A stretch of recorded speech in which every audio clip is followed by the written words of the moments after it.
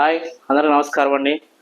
మనం సందులు భాగంగా డే 5 తెలుగు సందుల్లో భాగంగా గత వీడియోలో అత్వ ఉకార సందుల గురించి తెలుసుకున్నామండి. ఇక వాటిలో భాగంగా ఈరోజు మరొక 4 సందుల గురించి తెలుసుకుందామండి. అవి ఏంటంటే అండి, ఆమ్రేడిత సంధి, ఆమ్రేడిత సంధి. రెండవది ద్విరుక్త టకార సంధి, ద్విరుక్త టకార సంధి. మూడవది గసడదవా దేశ సంధి, గసడదవా దేశ సంధి. 4 ఇక సరళాదేశ సంధి, సరళాదేశ సంధి. వీటిలో మనం ముందు 4 సంధుల గురించి తెలుసుకున్నాం. వాటిలో 5వది 6, 7 మొత్తం మనకు సిలబస్లో 8 సంధులు ఇచ్చారండి తెలుగు సంధులు. వాటిలో 4 ఆల్రెడీ చెప్పేయడం జరిగిందండి గత వీడియోలో. ఇక ఈరోజు ఆమ్రేడిత సంధి, తెలుగు సంధుల్లో భాగంగా ఆమ్రేడిత సంధి గురించి చూద్దామండి. అచ్చునకు ఆమ్రేడితం పరమైతే, అచ్చునకు ఆమ్రేడితం పరమైతే సంధి జరుగుతుందండి. సంధి కూడా తరచుగా జరుగుతూ ఉంటుంది. అచ్చునకు ఆమ్రేడితం పరమైతే సంధి నిత్యంగా జరుగుతూ ఉంటుందండి. ఇక్కడ ఒకటి గమనించాలండి, కొత్త పదం ఒకటి వచ్చింది, ఆమ్రేడితం. మనం పారిభాషిక పదాల్లో ఆమ్రేడితం గురించి చెప్పుకోవడం జరిగిందండి. ఈ ఆమ్రేడితం అంటే 2 ఒకేలాంటి పదాలు వస్తాయి. 2 ఒకేలాంటి పదాలు వచ్చినప్పుడు ఆ పదాలలో రెండవ పదాన్ని మనం ఆమ్రేడితం అని పిలుస్తారండి. రెండవ పదాన్ని ఆమ్రేడితం అని పిలుస్తారండి. ఇందులో ఆహా ప్లస్ ఆహా లో ఉన్నటువంటి రెండో ఆహాని మనం ఆమ్రేడితం అని పిలుస్తారండి. ఇలా అచ్చుకు ఈ హా అనే ఆహా అనే దాంట్లో రెండో ఆ ఉండడం జరిగింది. ఇక్కడ పొల్లు దీర్ఘ ఉండడం చూసారు కదా, రెండో ఆ ఉందండి. ఇక్కడ ఒక అచ్చుకి ఒక ఆమ్రేడితం పరమైతే దానిని ఆమ్రేడిత సంధి అని పిలుస్తారండి. ఈ 2 కలిపితే ఎలా వస్తుందండి? ఆహాహ, ఆహాహ. ఇక రెండవ ఉదాహరణ చూడండి, ఔరా ప్లస్ ఔరా, ఔరౌరా. ఏమిటి ప్లస్ ఏమిటి, ఏమిటి ప్లస్ ఏమిటి, ఏమిటేమిటి, ఏమిటేమిటి. నెక్స్ట్ ఏమేమి, ఏమి ప్లస్ ఏమి. ఇందాక మీకు గత వీడియోలో నేను చెప్పినట్టు ఎత్వ సంధిలో ఏమేమి అని అండర్లైన్ చేసి పెట్టానండి. ఏమేమి. మీకు చిన్న డౌట్ రావచ్చు, అక్కడ ఎత్వ సంధిలో ఏమేమి అని వస్తున్నప్పుడు ఏమి ప్లస్ ఏమి, ఇక్కడ ఆమ్రేడిత సంధిలో ఏమేమి వచ్చినప్పుడు ఏమి ప్లస్ ఏమి. ఎక్కడ కూడా మనకు గుడిలో ఈ ఉందండి. ఇక్కడ మీలో ఈ, ఇది ఈ. ఒక అచ్చుకు ఆమ్రేడితం పరమైంది. ఇక్కడ ఆమ్రేడితం అంటే ఏమి, రెండవ పదం ఆమ్రేడితం. ఏమి అనేది మళ్ళీ పరమవడం మనం గమనించాం ఇక్కడ. అంటే ఇది కూడా ఆమ్రేడిత సంధి అవ్వచ్చు కదా. ఎత్వ సంధిలో వచ్చింది, ఆమ్రేడిత సంధిలో 2 వచ్చింది. ఈ 2 రావడం జరిగింది అనమాట. అంటే ఇది ఎత్వ సంధి అవ్వచ్చు, ఆమ్రేడిత సంధి అవ్వచ్చు. మనకి ఎగ్జామ్ పాయింట్ ఆఫ్ వ్యూ ఎలా ఇస్తారంటే ఖచ్చితంగా 2 ఆన్సర్లు అయితే ఇవ్వడం జరగదండి. ఏమేమి అనగా ఇచ్చినట్లయితే అక్కడ ఆప్షన్స్ లో మనకు ఇస్తే ఆమ్రేడితం అన్నా ఇస్తారు, లేదా ఎత్వ సంధి అన్నా ఆయన ఇస్తారు. రెండిట్లో 2 ఇవ్వడం జరగదు, అది గమనించాలి. ఇక ఇక్కడ ఒక పదం చూడండి, ఒక ప్లస్ ఒక. ఆమ్రేడితం ఉంది, 2 జంట పదాలు వచ్చాయి. ఈ రెండో పదాన్ని ఆమ్రేడితం అంటారు. ఇందులో ఆ అనేది ఉంది, కాలో ఆ ఉంది కాబట్టి అచ్చుకు ఆమ్రేడితం పరమైంది. మన సూత్రం ప్రకారం అచ్చుకు ఆమ్రేడితం పరమైంది. అయితే ఆమ్రేడిత సంధి అవ్వాలి కదా. కానీ ఒకానొక అనే వేరే ఒక వర్ణాలు ఇందులో రావడం మనం గమనించవచ్చు. సాధారణంగా ఆమ్రేడిత సంధి ప్రకారం ఒకానొకని కలిపితే ఒక్కొక్క అని రావాలి. అలా మనం పిలవలేంగా, ఒక్కొక్క అని పిలవలేం కదా. అందుకని ఒకానొక అని వేరేది రావడం జరిగింది. అంటే ఇది ఆమ్రేడిత సంధి కాదు. మీరు బాగా గుర్తుపెట్టుకోవాలండి. ఇలా ఆమ్రేడితాలు వచ్చిన ప్రతి ఒక్కటి ఆమ్రేడిత సంధి అవదండి. వాటిని కలిపినప్పుడు మనకు అర్థమైపోతుంది అది ఆమ్రేడిత సంధ్య లేకపోతే మరేదైనా సంధ్య అని చెప్పి. ఇక్కడ ఆహా ప్లస్ ఆహా, ఆహాహ. ఔరా ప్లస్ ఔరా, ఔరౌరా. నెక్స్ట్ ఏమిటి ప్లస్ ఏమిటి, ఏమిటేమిటి. అక్కడ ప్లస్ అక్కడ, అక్కడక్కడ. ఎక్కడ ప్లస్ ఎక్కడ, ఎక్కడెక్కడ. ఇలా వస్తేనే ఆమ్రేడిత సంధి అవుతుంది. ఇక 6వ సంధి గురించి చూడండి ఒకసారి, ద్విరుక్త టకార సంధి, ద్విరుక్త టకార సంధి. ద్విరుక్తము అంటే ఒక హల్లును మళ్ళీ 2 సార్లు ప్రయోగించడాన్ని ద్విరుక్తము అని పిలుస్తారండి. ఒక హల్లుని 2 సార్లు ప్రయోగించడాన్ని ద్విరుక్తము అని పిలుస్తారు. ఒక హల్లు కింద అదే హల్లు వస్తే దాన్ని ద్విత్వము అని పిలుస్తారు. ఇక్కడ ద్విరుక్తము అని ఇవ్వడం జరిగింది కాబట్టి ఒక హల్లుని 2 సార్లు ప్రయోగించడం జరుగుతుందండి. దీంట్లో ఏమొస్తాయంటే ఈ సూత్రానుసారం కురు చిరు కడు నడు నీడు. ఇక్కడ చూడాలి, కురు చిరు కడు నడు నీడు అనే శబ్దాలన్నింటికి చివర రాడాలకు దురిత్తటకారం వస్తుంది. ఈ కురువులో ఉన్నటువంటి బండిరా, ఈ చిరువులో ఉన్నటువంటి బండిరా, ఈ కడువులో ఉన్నటువంటి డాకారం, ఈ నడువులో ఉన్నటువంటి డాకారం, నిడువులో ఉన్న డాకారాలకి ఈ రాడాలకు దురిత్తటకారం వస్తుంది అనమాట సంధి జరిగినప్పుడు. ఉదాహరణ చూడండి, కురువు ప్లస్ ఉసురు, కురువు ప్లస్ ఉసురు కుట్టుసురు. ఇక్కడ చూడండి, ఇందులో ఉన్నటువంటి బండిరా పోయి టుగాగం వచ్చింది, టూ అనేది రావడం జరిగింది. అక్కడ ద్విరుత్త టకారం, టకారానికి తావత్తు రావడమే ద్విరుత్వం అవుతుందండి. ఇలా రావడం జరిగింది. చూడండి, చిరువు ప్లస్ ఎలుక చిట్టెలుక, చిరువు ప్లస్ ఎలుక చిట్టెలుక. చూసారు, ఇక్కడ ద్విత్వటకారం రావడం మనం గమనించాం, 2 టాలు రావడం ఇక్కడ గమనించాం. అంటే ఇది ద్విరుత్తటకార సంధి అనమాట. ఈ పదాలు వస్తాయని ఒకసారి గమనించాలి. కురు చిరు కడు నడు నిడు, వీటిలో కూడా రా డా అనే శబ్దాలకు మాత్రమే ద్విరుత్తటకారం వస్తుంది. ఈ చిరువులో కూడా ఈ బండిరా రావడం జరిగింది, అందువల్ల దానికి ద్విరుత్తటకారం అనేది ఆదేశంగా వచ్చింది. ఆదేశం అంటే గుర్తుపెట్టుకోవాలి, శత్రువుగా వచ్చింది అనమాట. ఒక ఉన్నదాన్ని తీసేసి కొత్తగా రావడం, ఇందులో ఉన్నటువంటి బండిరా తీసేసి టాకారం అనేది కొత్తగా యాడ్ అయింది అనమాట. ఇక ఈ ద్విరుత్తటకార సంధిలో కూడా రెండవ సూత్రం అనేది ఒకటి ఉందండి. మొదటి సూత్రంలో ఏమొచ్చిందండి, కురు చిరు కడు నడు నిడు అనే పదాలకు రడాలకు ద్విరుత్తటకారం వస్తుందని చూసాం. ఇక రెండవ దాంట్లో వచ్చేసరికి ఆమ్రేడితం పరమైనప్పుడు, ఇందా చెప్పుకున్న ఆమ్రేడిత సంధిని, ఈ ఆమ్రేడి సంధి గురించి ఇందా చూసాం కదా, ఇక్కడ కూడా దాని యొక్క ప్రాముఖ్యం ఉంది. చూడండి ఒకసారి, ఆమ్రేడిత పరమైనప్పుడు కడాదుల తొలి అచ్చు మీది వన్నాలకు, కడాదుల తొలి అచ్చు మీది వన్నాలకు అదంతంపైన ద్విరుత్తటకారం వస్తుంది. ఇక్కడ కూడా ద్విరుత్తటకారం అనేది వస్తుంది. దేని మీద వస్తుంది? కడాదుల తొలి అచ్చు మీద. గుర్తుంచుకోవాలి, కడాదుల తొలి అచ్చు. ఎత్వ సంధిలో ఏం వ్యాధులు అని చెప్పుకున్నాగా, ఇక్కడ కడాదుల గురించి చెప్పుకుందాం. ఒకసారి చూద్దాం. కడాదులు అంటే కడా ప్లస్ ఎదురు, కొన, చివర, తుద, నడుమ, పిడుగు, బయలు, పగలు. ఒకసారి ఈ పదాలు చూడండి, కడ, ఎదురు, కొన, చివర, తుద, నడుమ, పిడుగు, బయలు, పగలు. ఇలాంటి పదాలను మనం కడాదులు అని పిలుస్తారు. ఈ కడాదుల యొక్క చివరి అచ్చు తొలి అచ్చు, కడాదుల మీద ఉన్నటువంటి తొలి అచ్చు, కడలో ఉన్నటువంటి తొలి అచ్చు, కొనలో ఉన్నటువంటి తొలి అచ్చు, ఈ అచ్చులకి ద్విరుత్తటకారం వస్తుంది. ద్విరుత్తటకారం అంటే ఏంటండి, 2 అచ్చులు ప్రయోగించిన 2 హల్లుల్ని, ఒక 2 ఒకేలాంటి హల్లులు ప్రయోగించడాన్ని ద్విరుత్తటకారం అని పిలుస్తారు. అంటే టాన్ 2 సార్లు ప్రయోగిస్తారు అనమాట. ఇక్కడ ఉదాహరణ ఇచ్చాను చూడండి, కడా ప్లస్ కడా. ఈ కడాకి ఇక్కడ ఆమ్రేడితో రావడం గమనించవచ్చు. మన సంధి సూత్రంలో ఆమ్రేడితో పరమైనప్పుడు అన్నాడు కదండి, కడాదుల్లో ఆమ్రేడితో పరమైంది. కడా అంటే కడాదులకు సంబంధించిన పదం, దీనికి సంబంధించి ఆమ్రేడితం కూడా వచ్చింది. 2 పదాలు కలిసి రావచ్చు, చూడండి, జంట పదాలు లాగా వచ్చినాయి. కడా కడా, దీన్ని ఆమ్రేడితం అనిపిస్తారు. ఇలా ఆమ్రేడితం పరమైనప్పుడు ద్విరుత్తటకారం వస్తుందంట. అది చూద్దాం. కడా కడ, కట్ట కడ. ఎందుకంటే కడకడ అంటారా? ఎందుకంటే ఇక్కడ ఉన్నటువంటి తొలి అచ్చు ద్విరుత్తటకారం అవుతుంది మన సూత్ర నియమానుసారం ఇవ్వడం జరిగింది. అందువల్ల ఇక డా పోయి ద్విరుత్తటకారం అనేది రావడం జరిగింది. అది ఇక్కడ జరిగింది. నెక్స్ట్ ఇంకో ఉదాహరణ చూడండి అమ్మ. ఇక్కడ కొన, కొన ప్లస్ కొన, కొట్ట కొన, కొట్ట కొన. ఇక్కడ కొన కొన రావాలిగా, కాకుండా కొట్ట కొన ఎందుకు వచ్చింది? ఎందుకు వచ్చిందంటే ఇది ద్విరుత్తటకారాన్ని వస్తుందని చెప్పి మనకు సూత్రంలో ఇవ్వడం జరిగింది. ఈ సూత్రం చాలా ఇంపార్టెంట్. ద్విరుత్తటకారంలో ఈ 2వ సూత్రం గురించి ఎక్కువగా రావచ్చండి మనకి. ఈ 2వ సూత్రం నుంచి ఎక్కువగా పదాలు రావడం జరుగుతుంది. నెక్స్ట్ చూసారు కదా, ఇప్పుడు ఆమ్రేడ సంధి, గసడ, ఇక ద్విరుత్తటకార సంధి చూసారు కదండి. వీటిలో మనకు ఏమి ఇత్వ సంధిలోనూ ఆమ్రేడితం వచ్చింది, ఆమ్రేడ సంధిలో ఎట్లా ఆమ్రేడితాలు ఉంటాయి, ద్విరుత్తటకార సంధిలో కూడా ఆమ్రేడితం చూసాం.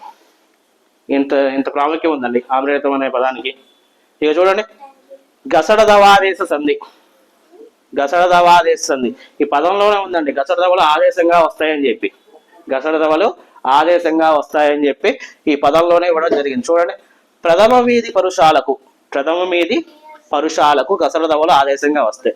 ప్రథమ వీధి అంటే అదేదో కొత్త పదం అని అనుకోవద్దండి.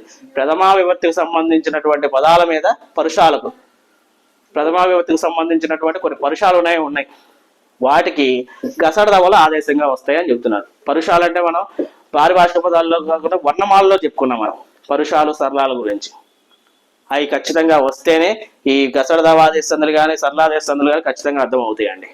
ముందు అవి చదవాలి, తర్వాత ఇవి చూడాలి. చదివిన వాళ్ళందరూ ఖచ్చితంగా చూడండి, చదవని వాళ్ళు చదవండి. ఈ గసరదవ ఆదేశ సందులు చూసారుగా, ప్రథమ మీది పరుషాలకు గసరదవలు ఆదేశంగా వస్తాయి. చూద్దాం, ఒక ఉదాహరణ ద్వారా మీకు చెప్తాను. ఇక్కడ చూడండి, అతడు ప్లస్ కలవాడు, ఈ రెండు పదాలకు సంధి జరుగుతున్నప్పుడు ఇక్కడ చూడండి, ప్రథమ మీది పరుషాలకు ప్రథమ విభక్తి ప్రత్యయాలు ఏమొస్తాయండి? డోము ఊలు ప్రథమ విభక్తికి సంబంధించిన ప్రత్యయాలు. వాటి మీద ఉన్నటువంటి పరుషము అంటే కచట తప, వాటి మీద ఉన్నటువంటి పరుషాలకు గజడదవలు ఆదేశంగా వస్తున్నాయి అంటారు. ఉదాహరణకు కలిపి చూద్దాం. చూడండి ఏమొస్తుంది? అతడు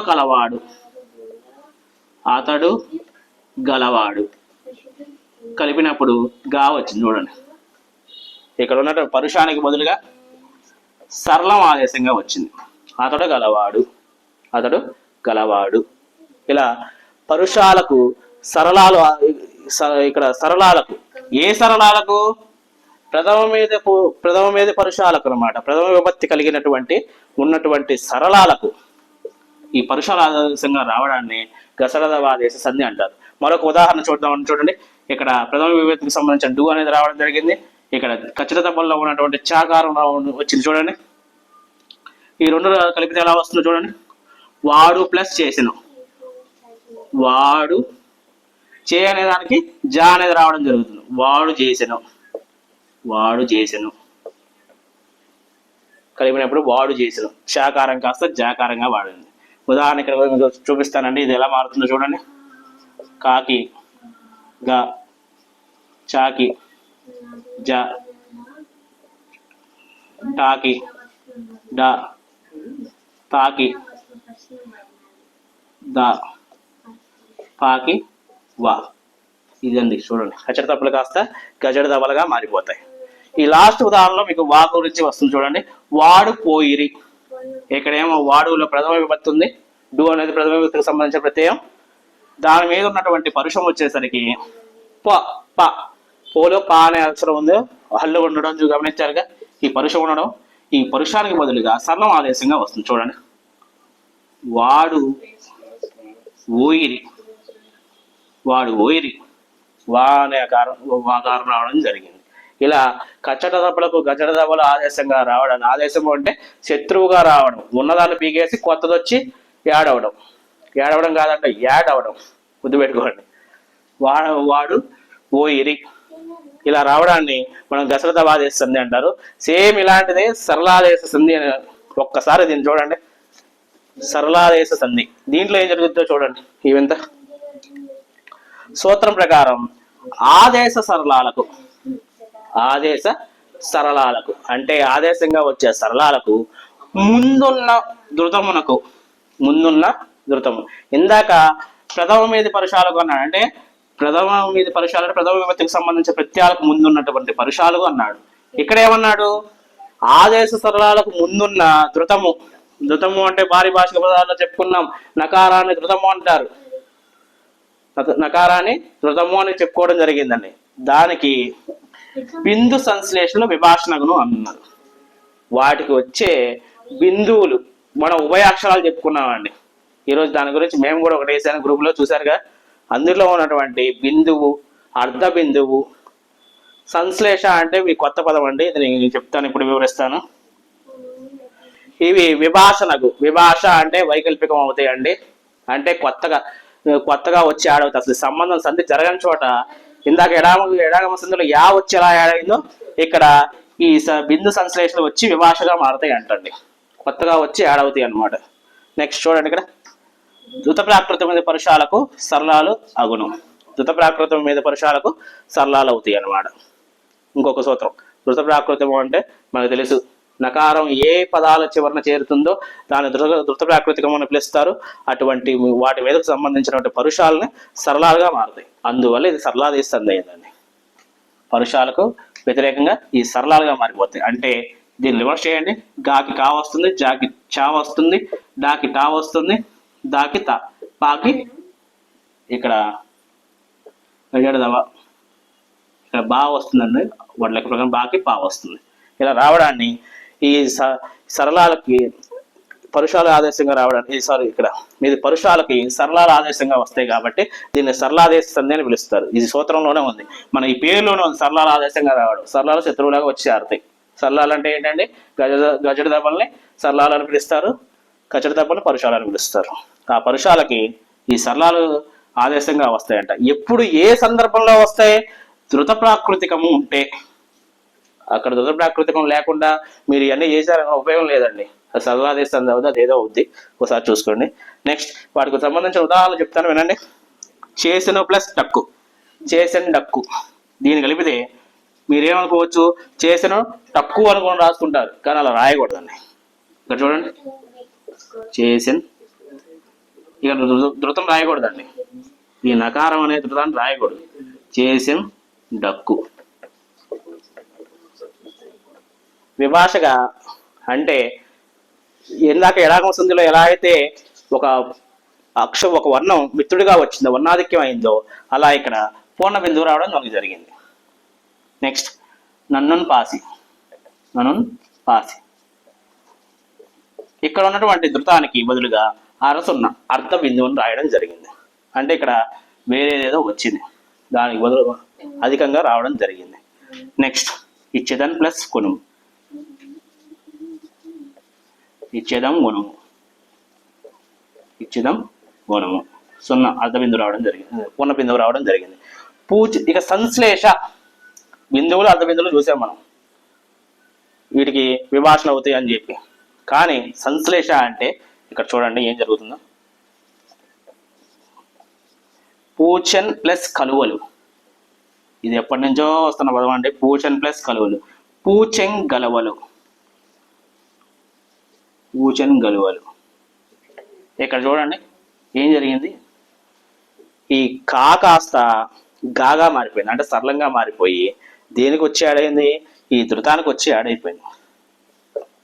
ఇలా జరగడాన్ని మనం సంధిలో ఇలా ఒక హల్లుకి ఇంకో హల్లు వచ్చి ఆడవడాన్ని మనం ఏమంటామండి, సంశ్లేష అని పిలుస్తారు, సంశ్లేష అని పిలుస్తారు. ఇలా వచ్చేదాన్ని సరళాదేశిస్తుందండి. ఇక్కడ పరుషాలకు సరళాలు ఆదేశంగా వస్తాయి కాబట్టి. ఇక్కడ ప్రతి దాంట్లో చూడండి కచ్చడ దెబ్బలు ఉంటాయి, అన్ని పరుషాలు. ఈ పరుషాలకి కూడా ఏ సందర్భంలో వచ్చింది, ధృత ప్రాకృతికాలు ఉంటే. చేసెన్ అన్నిటికీ ధృత ప్రాకృతికాలు ఉన్నాయి. ఇలా ఉన్న సందర్భంలో కచ్చడ దెబ్బలు పరుషాలకు సరళాలు ఆదేశంగా వస్తాయి. ఇక టా ఉంటే డా వచ్చింది, పా ఉంటే బా వచ్చింది, కా ఉంటే గా వచ్చి చేసిన గుణము. నెక్స్ట్ కా ఉంది, చేసిన గలువలు, ఇక్కడ ఒత్తులో గా ఉంది చూడండి. అంతేనండి. ఇది ఈరోజు తెలుగు సంధుల గురించి చూశారు కదండి. ఆమ్రేడు సంధి, ద్విరుతకార సంధి, నెక్స్ట్ గసరదాదేశ సంధి, సరళాదేశ సంధి, దానికి దీనికి వ్యతిరేకం అంతే. వీటితో పాటు నేను గత వీడియోలో చేసినటువంటి తెలుగు సంధులన్నీ అత్వసంధి, ఇత్వసంధి, ఉకార సంధులన్నీ చూశారు కదా. వీటన్నిటిని టెక్స్ట్ బుక్ల దగ్గర పెట్టుకొని వీటికి సంబంధించిన ఎగ్జాంపుల్స్ ఇంకా ఇవ్వడం జరిగింది. ఇవి చెయ్యండి, ఖచ్చితంగా వీటి నుంచి బిట్టు ఉంటుంది. సంధి లేకుండా బిట్టులు వచ్చే క్వశ్చన్ పేపర్ లేదండి అది వరకు. ఇవి లేకుండా ఏ క్వశ్చన్ పేపర్ తయారు చేయరు కాబట్టి ఖచ్చితంగా ఒక మార్క్ ఫిక్స్ అయిపోండి. ఇవి వచ్చిందంటే మీకు మార్క్ కన్ఫామ్. కాబట్టి ఇవన్నీ చూడండి, చేయండి. అండ్ ఇంతవరకు మాకు సపోర్ట్ చేసినందువరకు మీ అందరికీ ధన్యవాదాలు. మా వీడియోలు కనుక మీకు నచ్చితే, మీకు ఏమైనా సందేహాలు, సలహాలు, సూచనలు కూడా మాకు ఏమైనా చేయాలనిపిస్తే కింద కామెంట్ సెక్షన్లో, కామెంట్ బాక్స్లో మాకు కామెంట్ చేయండి. And please like and share, subscribe my channel.